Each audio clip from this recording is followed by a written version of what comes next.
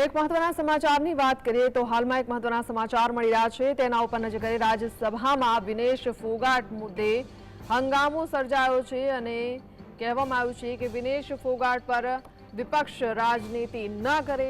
વિપક્ષના નારા બાદ સભાપતિ જગદીપ ધનકડ પણ નારાજ થયા હતા। વિપક્ષના નારા બાદ સભાપતિએ પોતાની ખુરશી પણ છોડી દીધી હતી અને કહ્યું હતું કે સદનમાં મારું અપમાન થઈ રહ્યું છે અને વિનેશ ફોગાટ મુદ્દે રાજનીતિ વિપક્ષ ન કરે। તો વિપક્ષનો મુદ્દો નિંદનીય હોવાની પણ જેપી નડ્ડાએ સંસદમાં કહ્યું હતું। વિનેશ પર રાજનીતિ ન કરવામાં આવે તેવી પણ ટકોર કરી હતી।